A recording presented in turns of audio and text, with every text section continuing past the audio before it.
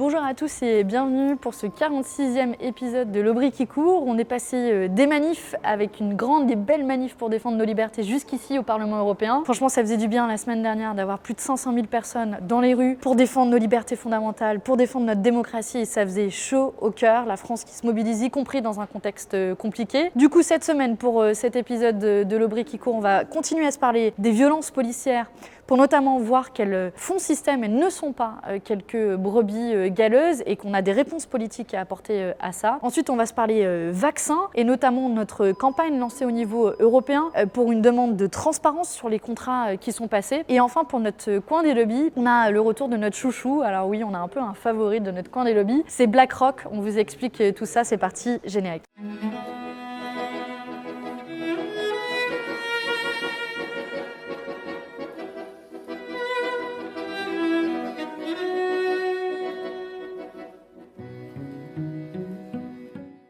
Cette semaine, c'est une nouvelle semaine de mobilisation contre les violences policières et la loi sécurité globale. Et on a un peu le sentiment que d'une semaine sur l'autre, les preuves s'amoncellent sur les violences policières qui font système. Si on prend ne serait-ce qu'en quelques jours, on a lundi, à la suite des images qui ont tourné en boucle sur le tabassage en règle sous les noms de sales nègres contre Michel Zecler, on a quand même Darmanin à l'Assemblée nationale qui dit non, la police n'était pas au courant. Et il a fallu attendre, si je me souviens bien également, mardi, pour que le procureur de la République de Paris, en l'occurrence son substitut, saisit l'IGPN pour une enquête. Il n'y a pas d'images qui sont données. Le ministre de l'Intérieur, le préfet de police, le directeur général de la police nationale n'a pas eu accès à des images. Et ces images, elles ont été mises en ligne par le site informatif que nous connaissons.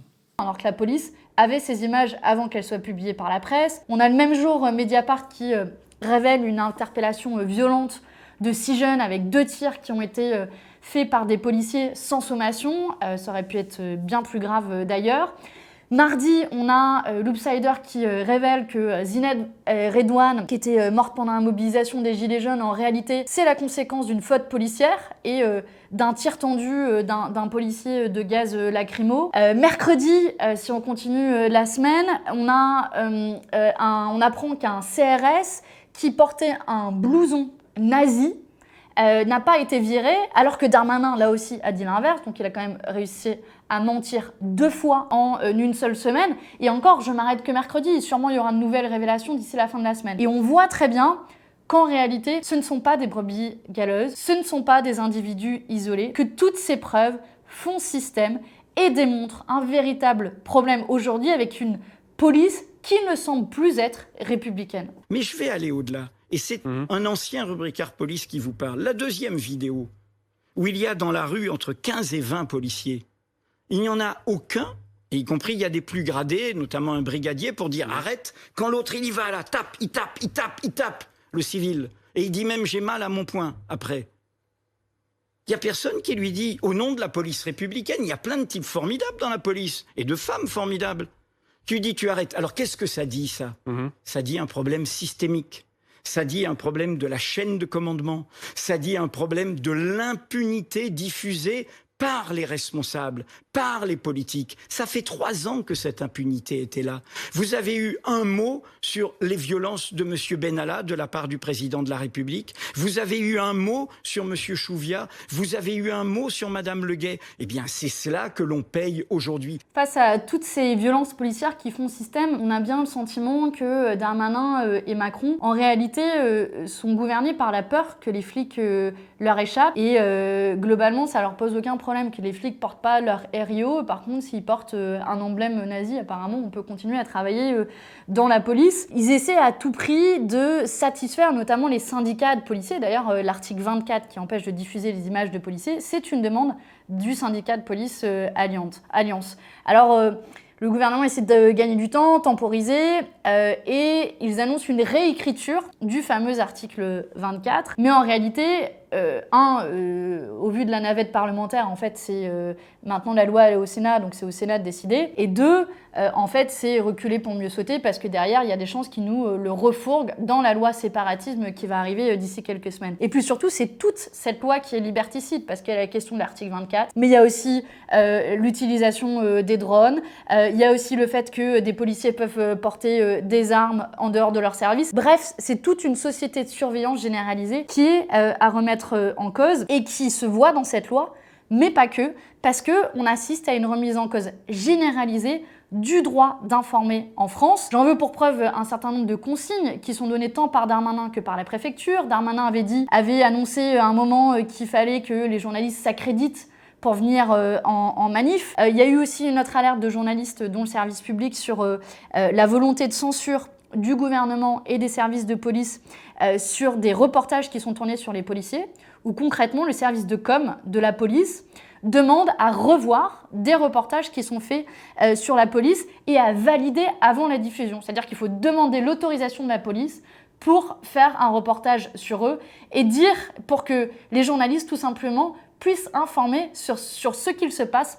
au sein des forces de police. On voit bien que tout est bon pour le gouvernement pour verrouiller ce qui se dit et ce qui se fait et ne pas briser cette omerta autour des forces de police et des violences policières. Plutôt que de refuser de même parler de violences policières, puisque le gouvernement se refuse ce terme, en réalité, il y a des solutions qui existent pour rétablir une confiance qui est complètement sapée aujourd'hui entre les forces de police et la population, ce qui est quand même extrêmement problématique. Et je crois qu'on peut agir au moins à 3 niveaux. Le premier niveau, c'est la question du maintien de l'ordre. Alors ça vaut en manifestation, mais ça vaut aussi ailleurs. On a une culture, y compris dans les formations des policiers aujourd'hui, en France, du corps à corps, quelque part presque de la violence. Alors que quand on y pense, des forces de police doivent être des agents du dialogue social et de finalement presque du lien social pour faciliter les discussions. Et ça demande une formation spécifique. Plutôt que de les former au corps à corps violent, en réalité, c'est une formation presque sociale dont ont besoin les policiers et c'est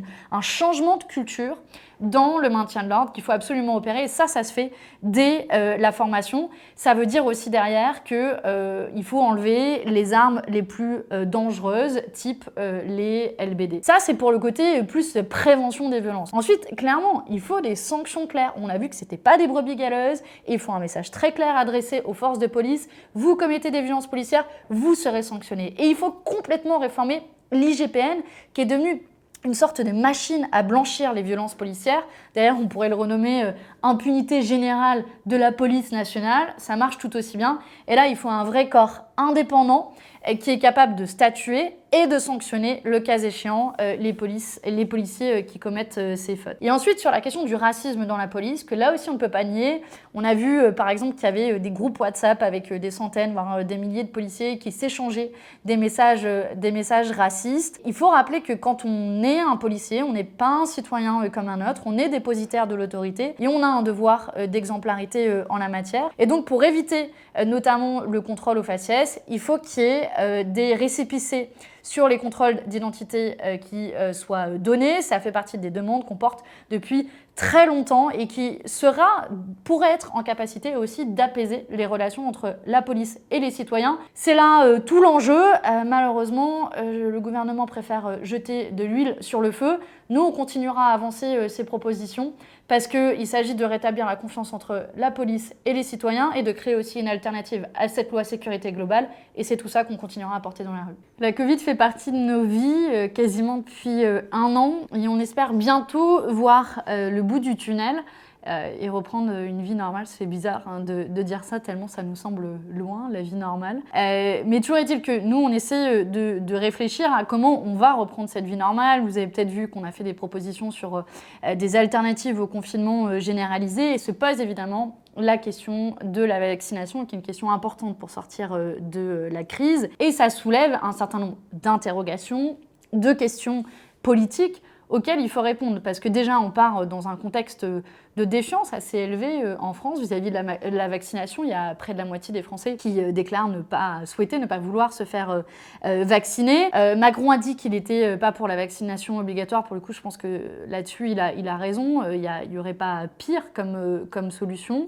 Mais aujourd'hui, on n'a toujours pas un cadre transparent et clair à la fois sur la stratégie de vaccination et sur les contrats qui sont passés. Sur les contrats, je prends juste l'exemple au niveau européen, puisque c'est la Commission européenne qui coordonne notamment l'achat de vaccins au niveau européen. Ils ont quand même passé plus de 6 contrats au niveau européen avec des différents labos pharmaceutiques, dont Pfizer, dont on a beaucoup entendu parler, mais c'est pas le seul. Et on n'a ni le détail précis de ces contrats, ni, par exemple, parmi les questions qui sont posées, il y a ce qu'on appelle la clause de responsabilité, à savoir s'il y a un problème avec les vaccins, qui est responsable in fine, est-ce que ce sont les États ou les labos pharmaceutiques? Et donc, nous, ce qu'on demande dans ce contexte, c'est une transparence totale sur l'ensemble des contrats qui sont faits et passés entre les États, entre la Commission européenne et les labos pharmaceutiques. D'ailleurs, on peut remarquer au passage que la plupart de ces labos ne sont pas des labos européens, ce qui pose une question sur notre souveraineté en matière pharmaceutique. Et du coup, dans ce contexte-là, on a lancé au niveau européen une mobilisation avec notre groupe de la gauche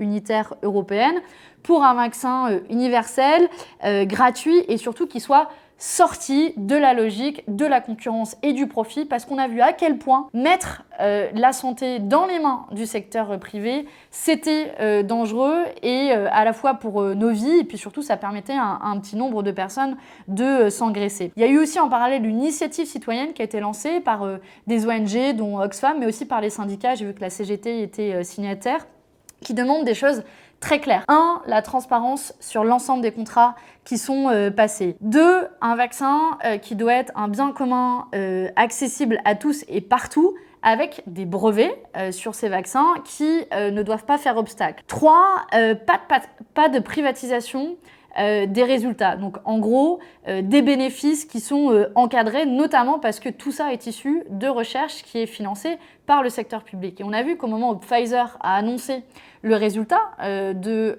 leur vaccin, sans même d'ailleurs publier le détail, le PDG en a profité pour vendre une partie de ses actions et se faire au passage 5 millions de dollars. Parce que c'est complètement aberrant que des labos pharmaceutiques puissent se faire de l'argent et puissent se faire du profit sur la pandémie. Alors du coup, on a un slogan en plus de la transparence, c'est pas de profit sur la pandémie. Et là, quand il va s'agir de milliards et de milliards d'euros dans le cadre de ces contrats passés, plus que jamais, ce leitmotiv sera important. Et pour remettre aussi un peu un cadre démocratique dans cette perspective de vaccination, puisque pendant que ces contrats sont passés à l'abri des regards, le contrôle citoyen est extrêmement limité. Et c'est ça qu'il faudra remettre en débat, y compris dans la stratégie de vaccination pour les prochains mois.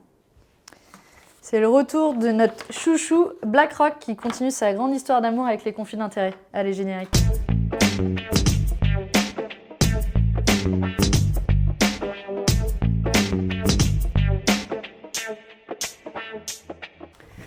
C'est le grand retour de BlackRock dans notre coin des lobbies. Si on devait décerner un petit prix, je pense que BlackRock serait pas mal positionné. Alors pour vous faire un récap de l'affaire BlackRock, BlackRock c'est le plus grand gestionnaire d'actifs au niveau international. Ils investissent notamment énormément dans des énergies fossiles, notamment le gaz, mais pas que. Et BlackRock avait été retenu par la Commission européenne pour les conseiller sur la finance, comment verdir la finance. Du coup, on s'est dit que potentiellement, c'était pas les meilleurs conseillers et puis surtout qu'il y avait un petit conflit d'intérêts, eux-mêmes étant un acteur financier majeur. Du coup, on s'est mobilisé depuis plusieurs semaines, même plusieurs mois. On a fait des questions écrites à la Commission européenne, on a demandé un débat en gros, on a saisi la Commission européenne pour qu'elle reconnaisse qu'il y a quand même un petit conflit d'intérêts. Et au fur et à mesure qu'on creusait dans ce dossier, on a découvert que les conditions dans lesquelles